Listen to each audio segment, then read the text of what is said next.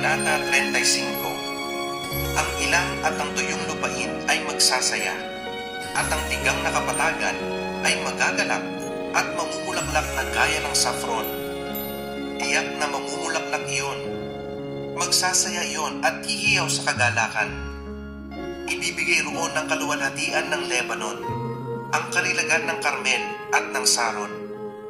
Makikita nila ang kaluwalhatian ni Jehovah, ang kalilagan ng ating Diyos. Palakasin ninyo ang mahihinang kamay at patatagin ninyo ang mga tuhod na nangangatog. Sabihin ninyo sa mga may pusong nababahala, magpakatatag kayo, huwag kayong matakot. Ang inyong Diyos ay darating para pagbayarin ang kaaway. Darating ang Diyos at maghihiganti. Darating siya at ililigtas niya kayo. Sa panahong iyon, madidilat ang mga mata ng bulag at mabubuksan ang mga tainga ng bingi.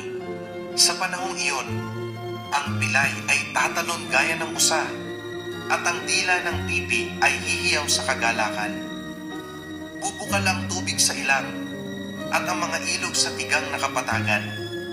Ang lupang natuyo sa init ay magiging lawa na may mga halaman, at ang lupang uhaw ay magiging mga bukal ng tubig. Sa lugar kung saan nagpapahinga ang mga tsakal ay magkakaroon ng berdeng damo, mga tambok at mga papiro.